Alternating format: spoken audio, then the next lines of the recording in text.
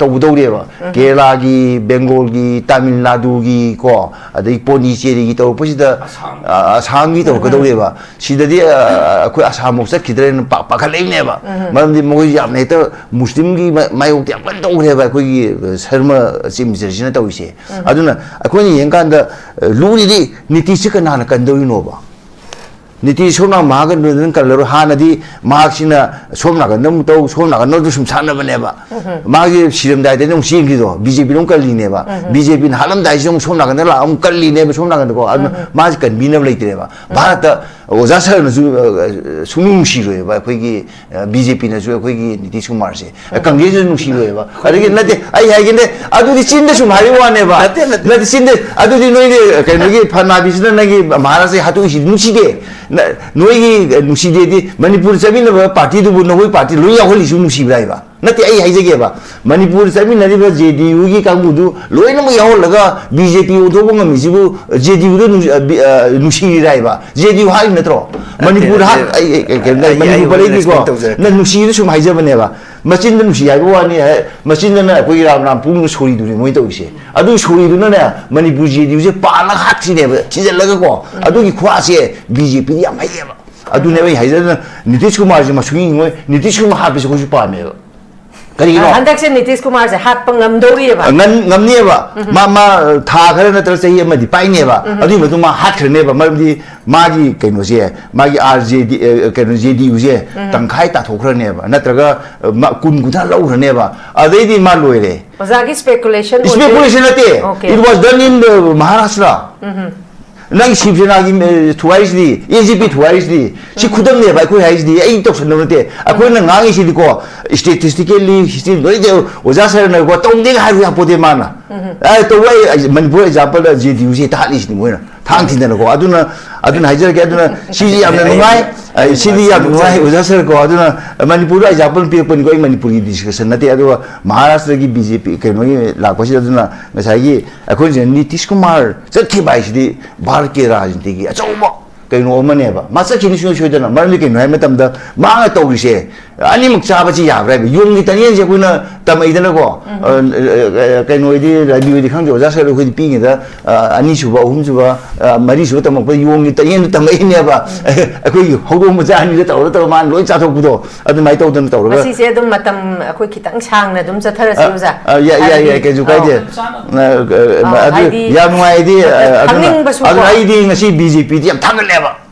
Canoe Nitish Kumar हात पंगमगदौरिसे BJP ना Hattori BJP ना हातो दिगेनु बीजेपी ना हालन गदौनी अखोइना हातंग मोय अखोइना हातोई त जाम फंगदे अदुगा सोमना गन समिनरी बा एनडीए समिनरी बा बीजेपी इटसेल्फ ना नीतीश कुमार हातकनी मरजे मुंबई हाली सिदी महाराष्ट्र मणिपुर हाली सिदी अते ते हाली म्याम सिदी अदु सिदी सुने सुइदर बनो ओजा सरन डिफेंड तो बुदिगो मम पुनिंग दिने आई हे यादुइने मसिनदन को आई हे यारुइदुइने मानको अदुना सिगिसे मरदि महाराष्ट्र शिवसेना से हाथोक्ति हाइब ngамब्रने ओजा सरन ngam manipur ji हाथोक से ngамब्राइबा अदुना आई गिसिदि आई ngसाइदो मचिनदन राम राम मोमे सुरी कैनो राम राम दुगो कैनो बगल में सुरी दो अदु सुरी जे आई बीजेपी पाइबे आई याम नुआय हनंग नीतीश कुमार सिदौइसे माने के भारत पुबन नीतीश कुमार सिलेबा माइ मिसे गमत लेरोयबा बीजेपी ने सु लेरोय कांग्रेस ने सु लेरोय सीपीएम ने सु लेरोय अहामदे माइ सोशलिस्ट के नो ले मनेबा अदु सोशलिस्ट लागे लागु अम मतोगे तो से नंगी समाजवादी पार्टी सोशलिस्ट के नो लाइन दम चलिएबा अदि सोमना कंदा अखोई करि हाइतारे अखोई आरजेडी से सोशलिस्ट लाइन चलिएबा अदु मयाइ चाबी नुपी लेरे मायावती लोइ माइ पॉलिटिक्स कैलोगी दोसा से मायावती तादुइने नीतीश कुमार से मान मायावती कुमार तो बीजेपी यों चमिनाबा कांग्रेस यों चमिनाबा तो मीनेबा तो यूपी मा अहुम सिम से वे अबे नीतीश कुमार तरारगी मान खरेन हाइबे तरारगनेबा अदुना आई आहा बेसी I round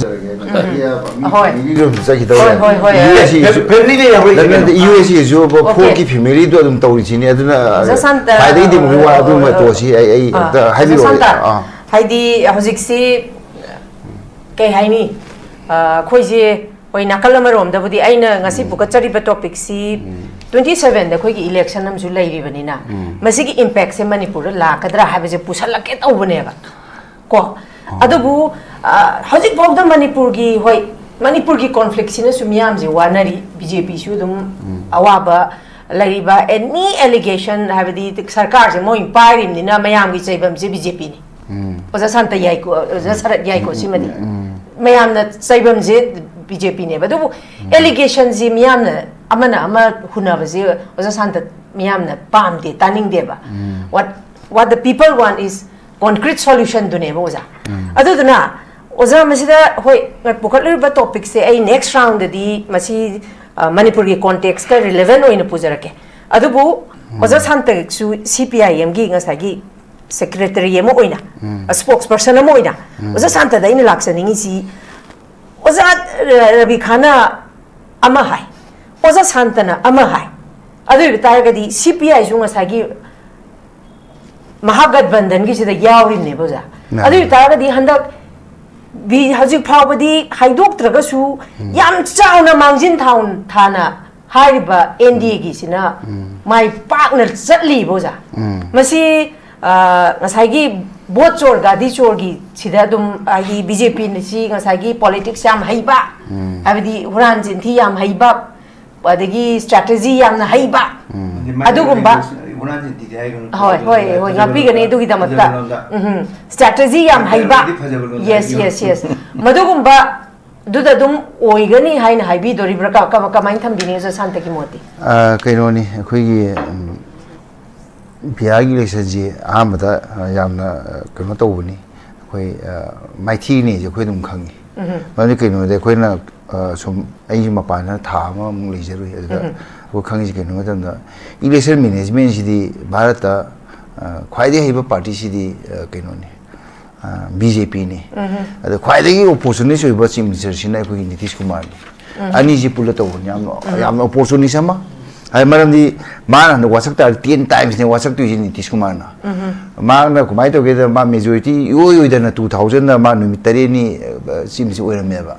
moin minority or BJP ne kalle na ko gi Bajpai na bihagi ni ko hai je Bajpai sin na prime minister oring si da minority ba ko gi keno se sim si ohele ba ado ma assembly da ko gi madu mayung na da na ko gi ma ji to no mitare ni ko oi he ba first na yam amulum da haita di yam ne nungsi ba do yam ni kai khang da ba mi haita ne adi man minority oi na ma saka shi mo chung thoi da du marin do BJP ne recognize to ba adi BJP ko sum chami ne ga ma di amuk sum som da kan da akoi atop alliance sum chami ne ba ma to ji akoi gi yong gi ta yen ga do BJP ne ta thu ke to ga na som na ga nong changsan ba mai masing di thai lei na ko aduga adagi asom na kan mu ma je akoi mai corruption ke ji ya ta na chora BJP de changsan ba na party me am ji loi nei jit mang le Nitish Kumar na akoi oja sar na nungsi ni yaw jang oja sar si aham de kangre ka si nungsi yaw ro bani ma MSP fa yaw ro ni ren ko adu ma kuin le je adu Nitish Kumar du na te ba BJP de yaw san ni adu BJP sum sum san ni adu ma na sum sum ko adu ma 10 times ne ba bharat 10 times sim se oi ba se sei sang ba sang de na ta ba mak ne ba aduna ma ki hoji aina uzari de du ni ma 7 days oi ma de hoji mathang mathang ro 10 times ni ma na wa sak do se wa ma wa sak ni aham da aduna akoi ni si de kumai to ge da akoi manak ta sa yo mam le Manipur party office me ajda ma na hai bas hanati NDA na pai ne kai no Modi na lishtar ka pe na ai phagi ma le ko ulle ba mo na paisa je koi gi kapak paisa adu da natna ma koi na koi kai hai ta re jivika didis kari lam da roza lising Bihar ni hai ji Bihar de Manipur le bihari ka pa ini ne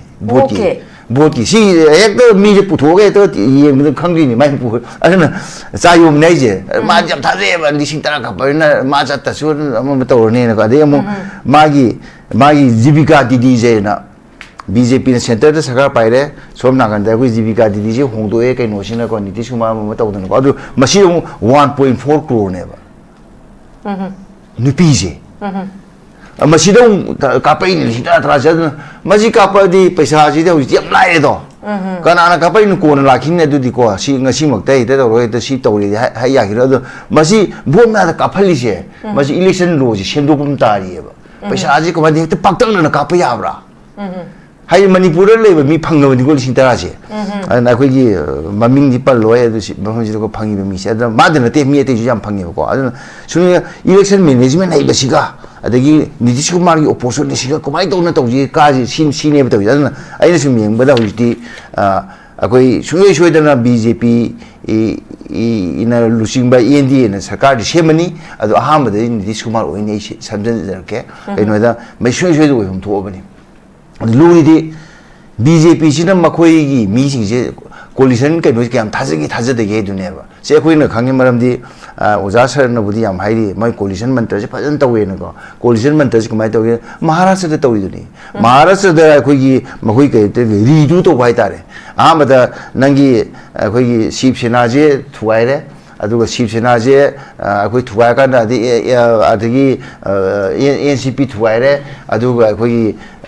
फडनाबिसना ओगदौसी फडनाबिसना कइनो हेले अखोई कइनोगा उद्धव ठाकरे का यानदबा कांगबुसिदा अदुना सिगी उनरकान अदुना माजी सही अहु मरी मंगा ओहेलकांदा अमुक्सु मथंग election लाकांदा BJP नदी दुम हेली मोइदगी अदुना मथंगददी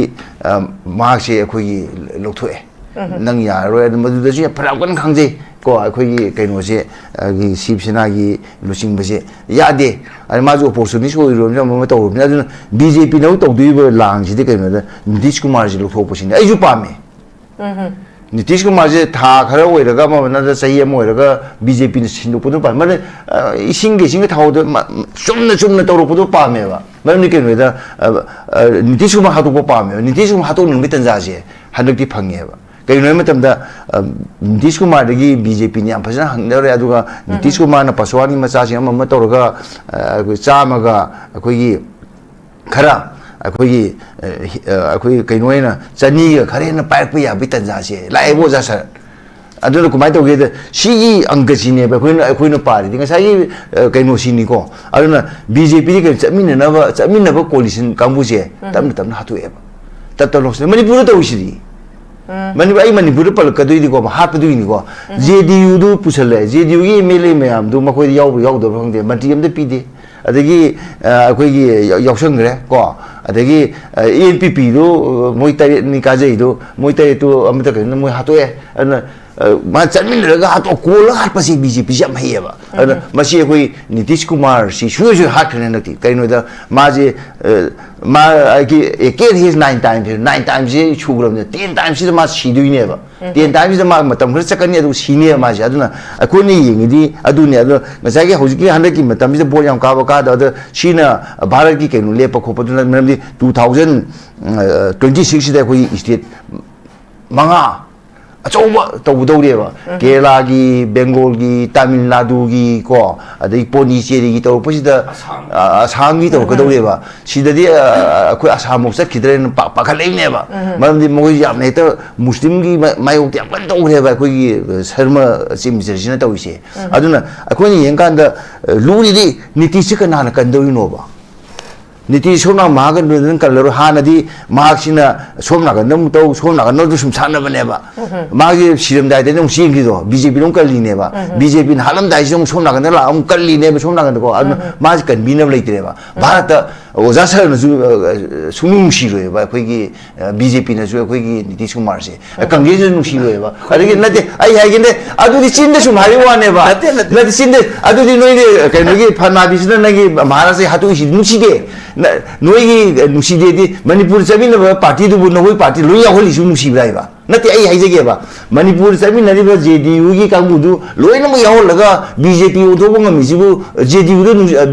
नुसिराइबा जेडीयू हाइ नत्रो मणिपुर हा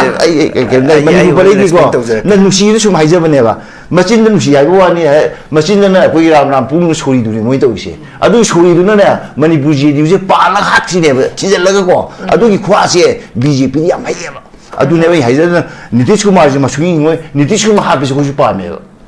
ꯀꯔꯤꯒꯤꯅꯣ ꯍꯟꯗꯛꯁꯦ ꯅꯤꯇꯤꯁ ꯀꯨꯃꯥꯔꯁꯦ ꯍꯥꯠꯄ ꯉꯝꯗꯧꯔꯤꯑꯕ ꯉꯝꯅꯦꯕ ꯃꯥ ꯊꯥ ꯈꯔ ꯅꯠꯇ꯭ꯔꯒ ꯆꯍꯤ ꯑꯃꯗꯤ ꯄꯥꯏꯅꯦꯕ ꯑꯗꯨꯒꯤ ꯃꯇꯨꯡ ꯃꯥ ꯍꯥꯠꯈ꯭ꯔꯅꯦꯕ ꯃꯔꯝꯗꯤ ꯃꯥꯒꯤ ꯀꯩꯅꯣꯁꯦ ꯃꯥꯒꯤ RJD ꯀꯩꯅꯣ JDUꯁꯦ ꯇꯪꯈꯥꯏ ꯇꯥꯊꯣꯛꯈ꯭ꯔꯅꯦꯕ ꯅꯠꯇ꯭ꯔꯒ ꯀꯨꯟ ꯀꯨꯟꯊ꯭ꯔꯥ ꯂꯧꯈ꯭ꯔꯅꯦꯕ ꯑꯗꯩꯗꯤ ꯃꯥ ꯂꯣꯏꯔꯦ ꯑꯣꯖꯥꯒꯤ ꯁ꯭ꯄꯦꯀꯨꯂꯦꯁꯟ ꯅꯠꯇꯦ Okay. it was done in Maharashtra ꯅꯪ ꯁꯤꯕꯁꯦꯅꯥꯒꯤ ꯊꯨꯒꯥꯏꯔꯤꯁꯤꯗꯤ AGP ꯊꯨꯒꯥꯏꯔꯤꯁꯤꯗꯤ ꯁꯤ ꯈꯨꯗꯝꯅꯦꯕ ꯑꯩꯈꯣꯏ ꯍꯥꯏꯁꯤꯗꯤ ꯑꯩ ꯇꯧꯁꯟꯅꯕ ꯅꯠꯇꯦ ꯑꯩꯈꯣꯏꯅ ꯉꯥꯡꯉꯤꯁꯤꯗꯤꯀꯣ ꯁ꯭ꯇꯦꯇꯤꯁꯇꯤꯀꯦꯜꯂꯤ ꯍꯤꯁꯇ꯭ꯔꯤ ꯂꯣꯏꯅ ꯑꯣꯖꯥ ꯁꯔꯅꯀꯣ ꯇꯧꯗꯦꯒ ꯍꯥꯏꯕ ꯌꯥꯄꯣꯠꯇꯦ ꯃꯥꯅ ꯇꯧꯕ ꯃꯅꯤꯄꯨꯔ ꯑꯦꯛꯖꯥꯝꯄꯜꯗ JDUꯁꯤ ꯇꯥꯍꯠꯂꯤꯁꯤꯅꯤ ꯃꯣꯏꯅ ꯊꯥꯡ ꯊꯤꯟꯗꯅꯀꯣ ꯑꯗꯨꯅ ꯍꯥꯏꯖꯔꯛꯀꯦ ꯑꯗꯨꯅ ꯁꯤꯗꯤ ꯌꯥꯝꯅ ꯅꯨꯡꯉꯥꯏ ꯁꯤꯗꯤ ꯌꯥꯝ ꯅꯨꯡꯉꯥꯏ ꯑꯣꯖꯥ ꯁꯔꯀꯣ ꯑꯗꯨꯅ ꯃꯅꯤꯄꯨꯔꯗ ꯑꯦꯛꯖꯥꯝꯄꯜ ꯄꯤꯔꯛꯄꯅꯤꯀꯣ ꯑꯩ ꯃꯅꯤꯄꯨꯔꯒꯤ ꯗꯤꯁꯀꯁꯟ ꯅꯠꯇꯦ ꯑꯗꯨꯒ ꯃꯍꯥꯔꯥꯁꯇ꯭ꯔꯒꯤ BJP ꯀꯩꯅꯣꯒꯤ ꯂꯥꯛꯄꯁꯤꯗ ꯑꯗꯨꯅ ꯉꯁꯥꯏꯒꯤ ꯑꯩꯈꯣꯏꯁꯦ ꯅꯤꯇꯤꯁ ꯀꯨꯃꯥꯔ ꯆꯠꯈꯤꯕ ꯍꯥꯏꯁꯤꯗꯤ ꯚꯥꯔꯠꯀꯤ ꯔꯥꯖꯅꯤꯇꯤꯒꯤ ꯑꯆꯧꯕ ꯀꯩꯅꯣ ꯑꯃꯅꯦꯕ ꯃꯥ ꯆꯠꯈꯤꯅꯤ ꯁꯨꯡꯁꯣꯏ ꯁꯣꯏꯗꯅ ꯃꯔꯝꯗꯤ ꯀꯩꯅꯣ ꯍꯥꯏꯕ ꯃꯇꯝꯗ ꯃꯥꯅ ꯇꯧꯔꯤꯁꯦ ꯑꯅꯤꯃꯛ ꯆꯥꯕꯁꯤ ꯌꯥꯕ꯭ꯔꯥ ꯍꯥꯏꯕ ꯌꯣꯡꯒꯤ ꯇꯅꯦꯟꯁꯦ ꯑꯩꯈꯣꯏꯅ ꯇꯝꯃꯛꯏꯗꯅꯀꯣ ꯀꯩꯅꯣꯗꯤ ꯔꯥꯖꯅꯤꯇꯤꯗꯤ ꯈꯪꯗꯦ ꯑꯣꯖꯥ ꯁꯔ ꯑꯩꯈꯣꯏꯗꯤ ꯄꯤꯉꯩꯗ ꯑꯅꯤꯁꯨꯕ ꯑꯍꯨꯝꯁꯨꯕ ꯃꯔꯤꯁꯨꯕ ꯇꯝꯃꯛꯄꯗ ꯌꯣꯡꯒꯤ ꯇꯅꯦꯟꯗꯨ ꯇꯝꯃꯛꯏꯅꯦꯕ ꯑꯩꯈꯣꯏꯒꯤ ꯍꯧꯗꯣꯡ ꯃꯆꯥ ꯑꯅꯤꯗ ꯇꯧꯔ ꯃꯥꯅ ꯂꯣꯏ ꯆꯥꯊꯣꯛꯄꯗꯣ ꯑꯗꯨꯃꯥꯏꯅ ꯇꯧꯗꯅ ꯇꯧꯔꯒ ꯃꯁꯤꯁꯦ ꯑꯗꯨꯝ ꯃꯇꯝ ꯑꯩꯈꯣꯏ ꯈꯤꯇꯪ ꯁꯥꯡꯅ ꯑꯗꯨꯝ ꯆꯠꯊꯔꯁꯤ ꯑꯣꯖꯥ ꯌꯥꯏ ꯀꯩꯁꯨ ꯀꯥꯏꯗꯦ ꯑꯗꯨ ꯌꯥꯝ ꯅꯨꯡꯉꯥꯏꯗꯤ ꯑꯗꯨꯅ ꯑꯩꯗꯤ ꯉꯁꯤ BJPꯗꯤ ꯌꯥꯝ ꯊꯥꯒꯠꯂꯦꯕ ꯀꯩꯒꯤꯅꯣ ꯅꯤꯇꯤꯁ ꯀꯨꯃꯥꯔ ꯍꯥꯠꯄ ꯉꯝꯒꯗꯧꯔꯤꯁꯦ BJPꯅ ꯍꯥꯠꯇꯣꯔꯤꯕ BJPꯅ ꯍꯥꯠꯇꯗꯤ ꯀꯩꯅꯣ BJPꯅ ꯍꯥꯠꯍꯟꯒꯗꯧꯅꯤ ꯑꯩꯈꯣꯏꯅ ꯍꯥꯠꯄ ꯉꯝꯃꯣꯏ ꯑꯩꯈꯣꯏꯅ ꯍꯥꯠꯄꯒꯤ ꯇꯟꯖꯥ ꯑꯃ ꯐꯪꯗꯦ ꯑꯗꯨꯒ ꯁꯣꯝ ꯅꯥꯀꯟꯗ ꯆꯠꯃꯤꯟꯅꯔꯤꯕ NDA ꯆꯠꯃꯤꯟꯅꯔꯤꯕ BJP itself na Nitish Kumar ꯍꯥꯠꯀꯅꯤ ꯃꯔꯝꯗꯤ ꯃꯨꯝꯕꯥꯏꯗ ꯍꯥꯠꯂꯤꯁꯤꯗꯤ ꯃꯍꯥꯔꯥꯁꯇ꯭ꯔꯗ ꯃꯅꯤꯄꯨꯔꯗ ꯍꯥꯠꯂꯤꯁꯤꯗꯤ ꯑꯇꯩ ꯑꯇꯩꯗ ꯍꯥꯠꯂꯤ ꯃꯌꯥꯝꯁꯤꯗꯤ ꯑꯗꯨ ꯁꯤꯗꯤ ꯁꯨꯡꯁꯣꯏ ꯁꯣꯏꯗ꯭ꯔꯕꯅꯤ ꯑꯣꯖꯥ ꯁꯔꯅ ꯗꯤꯐꯦꯟ ꯇꯧꯕꯗꯨꯀꯣ ꯃꯥ ꯃꯄꯨꯛꯅꯤꯡꯗꯗꯤꯅꯦ ꯑꯩꯁꯦ ꯌꯥꯗꯣꯏꯅꯦ ꯃꯆꯤꯟꯗꯅꯀꯣ ꯑꯩꯁꯦ ꯌꯥꯔꯣꯏꯗꯧꯔꯤꯅꯦ ꯃꯥꯅꯀꯣ ꯑꯗꯨꯅ ꯁꯤꯒꯤꯁꯦ ꯃꯔꯝꯗꯤ ꯃꯍꯥꯔꯥꯁꯇ꯭ꯔꯗ ꯁꯤꯕꯁꯦꯅꯥꯁꯦ ꯍꯥꯠꯇꯣꯛꯇꯦ ꯍꯥꯏꯕ ꯉꯝꯕ꯭ꯔꯅꯦ ꯑꯣꯖꯥ ꯁꯔꯅ ngam Manipur ji ato sa ngam rai ba ai aduna ai gi sidi ai ngasai do machin na ram na mu suri ke no ram do ke no na bagal mi suri do adu suri je ai BJP pai se ai yam ngai hanang Nitish Kumar sidau je mani ke bar bun Nitish Kumar sel le ba mai se ngam ta le roi ba BJP ne su le roi Congress ne su le roi CPM ne su le roi aham de mai socialist ke no le mane ba adu socialist de लागे लागू अम मत तो से नंगी Samajwadi party socialist के no line दम चलिएबा अदि सोम नाकंदा अखोई करी हाइतारे अखोई RJD जे सोशलिस्ट लाइन चलिएबा अदु मयाई चाबी नुपी ले मे मयावती लोइ माय पॉलिटिक्स कई दोसा से मयावती तादुइने नितीश कुमार से मा नमु मयावती कुमार तो BJP यों चमिनाबा कांग्रेस में चमिनाबा तो मीनेबा तो यूपी मा अहु मसिम से वे अबे नितीश कुमार तरारनि मान खरेन हाइबे तरारनि बादुना आई हा बेसि आई राउंड से याते तंग थमजगे नितीश कुमार सीबसे हिंगने सीबनि कुमार से अदु मसिदा इना याम नुआई अदुगा NDA ना कनो तौइसे मसिम कंसि तौबसे आई याम नुआई मनि कनो दा नितीश कुमार सिनबे अचो मचा अमनि हाइबसे आई फर्स्ट राउंड थमजगे Mari ko file se ko file da oza da nabi lai samu ju lo yauri ni ada ina lo shenja do oza sar ko ni oza ra pine hauli da mai do abu rabia bihar election khana bani na ko bihar election da koi party ki official koi press statement to ebo ise delhi da yi kai no da koi na hai shi entire state machinery se shine NDA sina ko adagi resorted to various manipulations sima tawya de ko deployed huge amounts of money congress su paisa shi nei adu huge amount yam hena shi nei ha sima koi na ya de polarizing community classes of its leaders se PM mairo ICM mairo aduga maga brandana gi lusi mosi ngai ro moisu kasi ke shi nei ba sima di su me ko ja sara ai ke na BJP khakde na te BJP khakde na te adu except sida left party na ta akoi de du akoi de sida congress akoi maga sida de ko amana mu corporate sing sina akoi gi people gi suji pukhat tana atopa da sum pukhat nei man corporate sisu amane ba aduna akoi sigi suji da akoi gi party na du maina ui adu khakta ne akoi ne tawju ai na haibna te akoi party official statement hoye ba ade mana akoi gi yanwai di lungraba film sida akoi gi hana MLA si ani karam mani hani ama khaktam kai hanak se adu su yam harawi aduga ꯑꯩꯅ ꯁꯨꯝ ꯈꯟꯕꯗ ꯑꯅꯧꯕ ꯕꯤꯍꯥꯔꯒꯤ ꯁꯔꯀꯥꯔꯁꯤꯅꯀꯣ ꯄ꯭ꯔꯖꯥꯒꯤ ꯌꯥꯏꯐꯕ ꯄꯣꯔꯛꯄ ꯑꯣꯏꯁꯅꯨ ꯍꯥꯏꯕꯁꯦ ꯑꯩꯒꯤ ꯁꯥꯏꯠꯇ ꯍꯥꯏꯖꯒꯦ ꯑꯗꯨ ꯑꯩꯗꯤ ꯇꯦꯟꯁꯤꯟꯖꯔꯒꯦ ꯁꯤꯗ 오케이. ꯌꯥꯝ ꯅꯨꯡꯉꯥꯏꯖꯩ ꯑꯣꯖꯥ ꯁꯔꯠ